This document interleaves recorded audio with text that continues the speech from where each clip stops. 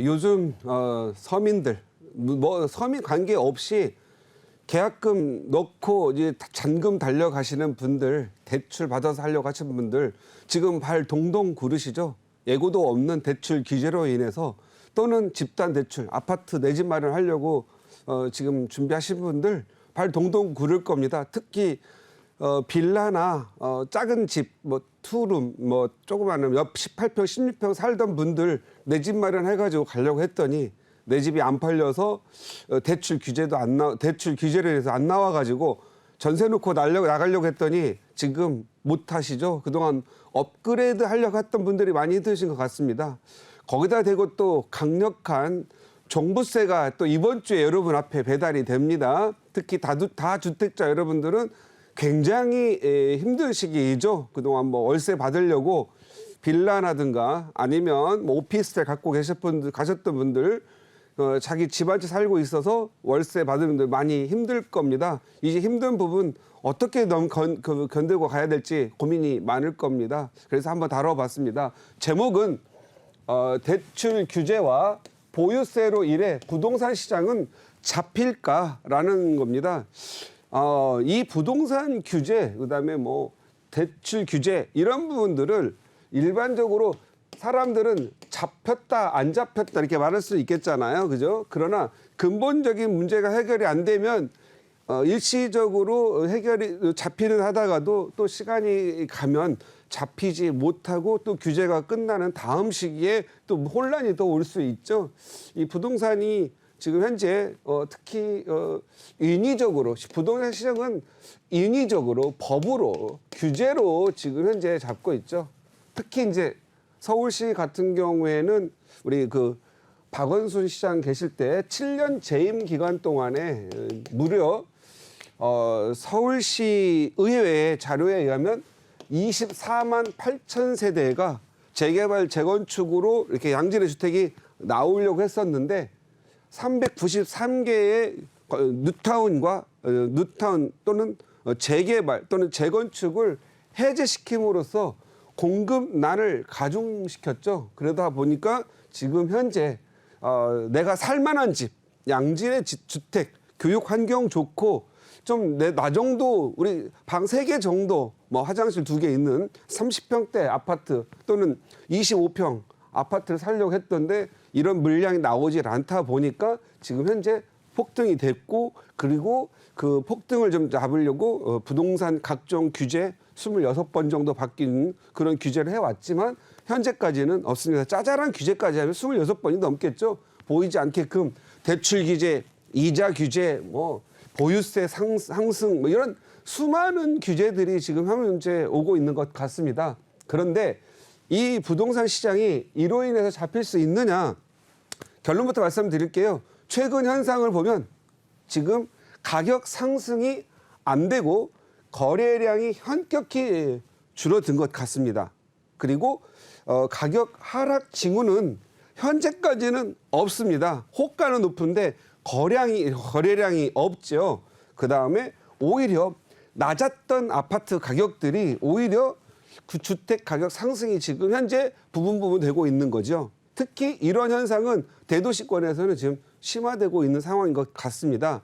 다만 여기에서 중요한 부분은 다주택자들은 강력한 규제로 인해서 다주택자분들은 주택에 대한 또는 아파트에 대한 투자를 좀 줄이고 있다라고 하면 오히려 내 집 마련이 되지 않으신 분들이 가격이 치솟는 그런 불안감에 대해서 나도 지금 사야 되지 않느냐 하는 불안감이 같이 겹쳐 있는 시기이고 오히려 지금 현재 낮은 가격뿐만이 아니라 뭐 오피스텔, 뭐 아파텔 그리고 재건축 시장은 이제 위로 말할 수 없이 많이 가격이 올랐고 서울 주요 또 대도시 주요 지역의 재개발 요즘 뭐 모두가 다 뭐 거의 하루가 다르게 변해가고 있는 게 재개발 시장의 가격 상승이죠. 그래서 모두가 재개발 시장에서 어디가 빨리 아파트가 되느냐 이러한 지금 현재 눈치 보기를 하면서 투자를 하고 있는 것 같습니다. 그래서 위에 빙산 쪽 우리가 항상 빙산은 물 위에 20%는 떠 있고 80%는 숨어 있는 게 빙산이죠. 그래서 20%의 수면 떠 있는 부분들에 대해서는 거래량이 현격히 줄어 있기 때문에 가격이 잡혀가는 것 같고 보합세 유지하는 것 같지만 밑에 아래에 있는 수면 위에 나타나지 않고 계측되지 않는 그런 부분 산상에서는 지금 가격이 알게 모르게 많이 오르고 있다. 그리고 사람들이 두려워하고 있는 게 뭐죠? 지금 아파트 가격 상승으로 인해서 밑에 기저에 깔고 있는 땅값이죠. 땅값, 단독주택, 그리고 다가구 주택 이러한 깔고 있는 땅값들이 두세 배 지금 상승을 하고 있기 때문에 서민들에게 공급되고 있는 서민들, 그죠? 다세대 주택, 그리고 월세를 받기 위해서 공급되고 있는 뭐 오피스텔 이런 것들이 오히려 지금 현재 가격이 많이 상승되고 있다. 그래서 이런 부분도 하나의 풍선 효과의 하나가 아니지 않느냐 생각합니다. 그러면 이렇게 결론이 이렇게 돼 있는데 우리가 좀 더 세부적으로 봐야 되겠죠. 부동산 지금 당장 지금이라고 하는 것은 항상 또 요 방송이 또 세월이 지나면 또 틀릴 수 있죠. 그러니까 오늘은 2021년 11월 8일인가요? 오늘 첫째 주죠. 월요일의 상황입니다. 이거 첫째 주를 아셔야 되는 거죠. 그래서 이 날짜가 또 6개월, 3개월이 지나면 틀려진다라는 거죠. 틀려지는 부분들을 좀 이해하셨으면 좋겠고 여기 이 규제들, 여기 갖고 있는 규제들이 과연 부동산 하나를 잡기 위해서 이미 다 올라버릴 대로 올라버린 이 부동산을 가격이 더 얼마나 오를까? 과연 생각을 해볼 필요인데 이 더 오를 부분들을 잡기 위해서 강력한 대출 규제를 해서 엄청나게 지금 힘들잖아요. 사람들이. 왜냐하면 지난 뭐 9월 달에 계약을 하고 이제 잔금을 하려고 하니까 10월 달에 제도가 바뀌고 11월 달에 더 규제가 강화돼 가지고 대출이 안 나와요. 그래서 계약을 전세 자금도 잘 안 나오고 하니까 이제 갖고 있는 부동산 집주인 갖고 있는 사람도 전세가 잘 안 나가고 또 전세를 계약했던 사람도 전세 대출이 안 나와 가지고 지금 혼란이 되고 있죠. 그래서 이러한 혼란을 야기시키는 규제들은 6개월 이상 갈 수가 없다. 그래서 저 같은 경우에는 이 대출 규제가 오히려 경제 부분을 더 어렵게 할 수 있는 그래서 서민 경제가 더 나빠질 수 있는 부분도 있지 않겠느냐는 그런 부분 때문에 좀 더 지금은 우리 지금 현재 부동산 거래량이 줄어들고 또 가격이 좀 보합세가 이루어지면서 가격 상승이 이제 눈에 띄지 않게 좀 오히려 좀 약간 보합세를 유지하면서 약간 하락된다라면 강력한 규제들은 좀 풀리지 않을까라는 그런 예상을 해봅니다. 그래서 지금 이 11월에 부동산을 투자하는 사람들에게 부담이 되는 요인이 뭘까 생각을 해보면 첫 번째는 취득세의 중과입니다. 1주택자는 13%를 적용되니까 중과가 없죠. 그런데 2주택자, 3주택 가지신 분들 내 걸 팔고 새로운 걸 사야 되는데 내게 안 팔리기 때문에 내가 내 집을 좀 더 나은 집 아니면 좀 더 상급지로 갈아타려고 하시는 분들 취득세 2주택제부터는 8.4%가 적용이 되죠. 그러니까 엄청 중과가 되니까 못 사게 됩니다. 그래서 멈칫하게 되고 내 걸 먼저 팔고 나서 가려고 하는데 좀 팔리지도 않죠. 그래서 잘못 샀다가는 취득세 중과 맞고 양도세 또는 양도세 중과세 뭐 이런 부분들 때문에 할 수가 없죠. 그래서 부담 요인입니다. 그다음에 지금 현재 이제 12월 이제 이번 주부터 여러분의 이제 2주택, 3주택자 주택 공시 가격에 따라서 뭐 개인 한 주택자는 11억 이상, 그다음에 두 주택자 하시는 분들은 6억 해서 12억 이상 분들 오늘부터 종부세가 중과가 됩니다. 역시 1주택자의 경우에는 40%, 보유기간에 따라 40%, 연세, 나이에 따라서 한 40% 이게 공제가 돼서 큰 부담이 없는데 1주택, 2주택 가진 사람들 중과가 되죠. 중과가 되면 300만 원 날짜를 내야 될 분도 어떻게 잘못되면 3천만 원 나오게 되고 3주택자 가시는 분들은 이제 뭐 3천이 아니라 억대, 몇 억대 내야 되는 분들이 지금 발생이 돼서 이분들도 지금 현재 쓰라린 고심과 고민을 하고 있다. 8년이 뭐에 부딪히죠? 양도세 중과세에 부딪히죠. 그러다 보니 이런 중과에 대한 부담이 있어서 이 부동산 투자에 부담 요인이 되고 있다. 그래서 요즘과 같은 경우에는 다주택자들이 사는 것보다는 무주택 서울에서 살긴 살아야 되는데 대도시에서 살아야 되는데 미래를 생각하니 땅값 집값 너무 오르니까 또 인건비마저 오르니까 분명히 가격은 오를 거다. 그래서 지금 혹시 좋은 물건을 받을까 하고 기다리는 분들은 있겠죠. 그래서 1주택자분들은 큰 문제가 없는데 종부세 중과를 받으시는 분들은 지금 현재 투자할 수가 없기 때문에 부담 요인을 작용하고 있다. 제가 보기에는 이 부분은 우리 서민들에게 크게 서민들에게 크게 부담되는 것보다는 투자를 한 번도 안 해본 분들에게는 부담이 되는 대출 이자의 증가. 대출 이자 올린다고 하면 가격이 부동산 가격이 폭락할 것 같고 떨어질 것 같은데 과거의 사례 IMF 끝나고 그리고 2008년 리먼 사태 이후에 보면 대출 이자가 급격히 증가를 하게 되면 일시적으로 가격은 상승하나 결국 이자의 증가는 물가의 상승, 인건비 상승을 유발시키기 때문에 한 7, 8개월 정도면 조정이 되면서 안정을 취하죠. 그래서 부동산 투자를 좀 많이 해오셨던 분들은 대출 이자의 증가에 대한 부분은 크게 작용되지 않습니다. 다만 처음 투자하시거나 한 번도 투자하지 않으신 분들에게는 부담 요인이 작용되죠. 여기 그래서 초보분들에게 영향을 미치는 부분이고 지금 가장 부동산 시장을 이렇게 거래를 현격히 줄어들게 한 건 딱 하나죠. 대출 자체에 대한 규제입니다.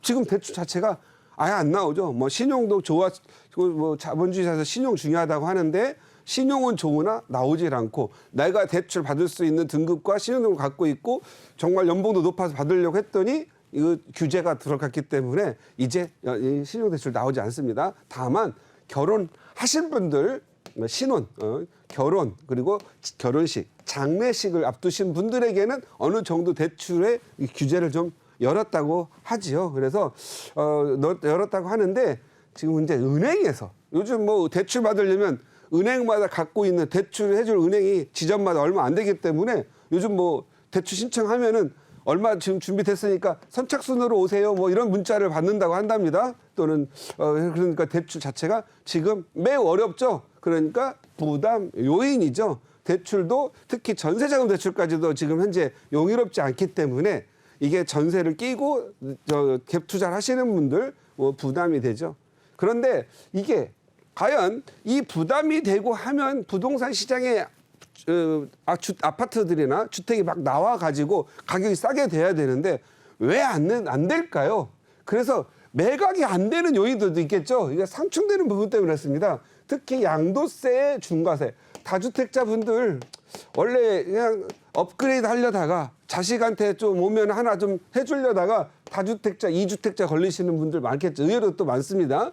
이걸 팔아가지고 자식한테 말을 해주려니까 양도세가 너무 높게 나오죠. 그러니까 요 종부세가 부담이 되는데도 불구하고 이 종부세를 한 번 더 견디고 혹시나 양도세 중과세가 폐지되거나 완화될 때 한 번 좀 팔아봤으면 팔면 어떨까라는 그 기대감으로 갖고 계시는 분들 또 아니면 그 기대감조차 없지만 양도세 중과세 부담이 너무 높아서 결국은 그냥 가져가기로 결정하신 분들이 많죠. 이건 지금 현재 아마도 이게 이제 항상 출구가 좀 있어야 되는데 출구가 지금 현재 없는 상황에서 지금 현재 이러지도 못하고 저러지도 못하는 분들도 많이 있을 걸로 보여집니다. 두 번째, 매각의 부담도인 요인 하나는 이것도 자녀들의 미래가 자녀가 이제 대학교 나오고 직장 생활하면 애들이 좀 성장할 때까지는 좀 내가 사줄 수 없고 자녀분들이 이제 자수성가해가 집 사기 힘드니까 부모가 좀 도와줘가지고 사주려고 이제 장래에 주택을 좀 마련해놨단 말이에요. 근데 이게 양도세 중과세 종합부동세 중과에 부딪히고 양도세 중과에 부딪히다 보니까 그냥 좀 더 기다렸다가 자녀가 직장 다니면 세대 분리를 하게 되면 그때 자녀한테 직접 매각을 하거나 아니면 증여를 할 방법을 지금 찾아가고 있죠. 왜냐하면 학생 때나 돈을 못 벌면 부담부 증여가 안 되죠. 그런데 이제 자녀분들이 돈을 좀 벌고 직장 생활을 하게 되고 일정한 소득이 되면 부담부 증여를 할 수 있으니까 그리고 자녀들에게 다른 사람들은 몰라도 그냥 꼭 뭐 강남, 공덕, 뭐 성수, 용산 아니더라도 그냥 서울에 어디라도 하나 있었으면 하는 마음으로 사두시는 분들, 이런 분들도 팔 수가 없는 부담 요인이 되겠죠. 세 번째, 의외로 이런 분들 많으십니다. 자기 주택 있으시면서 빌라나 오피스텔, 그리고 또는 작은 소형 아파트를 사가지고 그동안 오면서 월세를 받았던 생활자들이 많습니다. 연금처럼 받아서 생활했던 분들, 이분들 갑자기 자기 소득을 내려야 된단 말이에요. 다 팔아서 월세를 없애려고 하니까 수입이 감소되니까 당장 자기가 생계에도 영향을 받겠다라고 생각하시는 분들도 역시 파는데 적극적이지 못합니다. 그런데 이게 종부세 중과로 다가오는 부분인데, 월세 생활자의 수입 감소 이 부분도 매각에는 부담 요인입니다. 그런데 종부세라든가 이런 데 큰 영향을 미치진 않죠. 이 부분들은 대부분 소형이거나 주택 공시가격이 낮은 그러한 주택들로 갖고 있기 때문에 큰 문제는 되진 않지만, 역시 매각을 하지 않으려고 하는 요인 중에 하나다. 마지막으로 네 번째, 증여세와 취득세의 중과가 부담이 되죠. 이분들은 아까도 말씀드렸지만 자녀나 아니면 다 큰 성장하신, 결혼하신 분들 손주 좀 고마워서 같이 좀 어떤 증여를 하려고 했더니 증여세가 높고, 또 증여에도 양도세, 중과세가 또 붙는 경우가 있죠. 부담부 부분에 대해서는. 그리고 또 취득세가 또 여기 개인 또 나누어지죠. 부담부 부분과 증여하는 부분은 13%지만 또 취득세 부분, 부담부 부분들에서는 12%가 적용이 돼가지고 이 취득세 중과로 인해서 주택을 나누지 못하는 그런 경우가 지금 많이 있습니다. 오늘 이 방송은 이 강의 자체가 대출 규제와 보유세인데, 이 지금 내용들 하나하나가 여러분들이 지금 하나하나가 디테일에 내려가서 보면, 상세하게 내려가다 보면 상당한 여러분의 문제에 좀 다가 있죠. 어떤 것은 2개, 3개가 엮여 있고 참 어려운 시기인 것 같습니다. 그래서 지금은 가격이 조정되지도 않고 팔 수도 없고 이런 상황입니다. 다만 이 부분만은 꼭 말씀드리고 싶은 게, 대출 규제, 이자는 높일 수 있지만 대출 규제 이 자체는 머지않아 이것은 사라질 거다. 과거 2006년도에도 봤고, 대출 규제가 있을 경우에는 시장에 대한 유동성이 많이 떨어지기 때문에 가계 자금 대출이 어느 정도 안정화가 되는 시점이 되면은 아마 규제는 완화되거나 풀릴 걸로 보인다. 그래서 저는 이제 12월 내년을 좀 생각하면 여러분들이 좀 더 지혜롭게 버틸 수 있으면 좀 잘 버텨야 된다라는 부분 말씀드리고, 어서 빨리 양도세 이 중과세 부분이라도 좀 완화가 되거나 아니면 일시적으로라도 좀 폐지가 돼서 그냥 일반 과세만으로 좀 팔 수 있게끔 만들어서 이 갖고 있는 보유주택이 시장에 나와서 자연스럽게 공급이 되는 날이 왔으면, 그런 바람을 해보면서 마치도록 하겠습니다.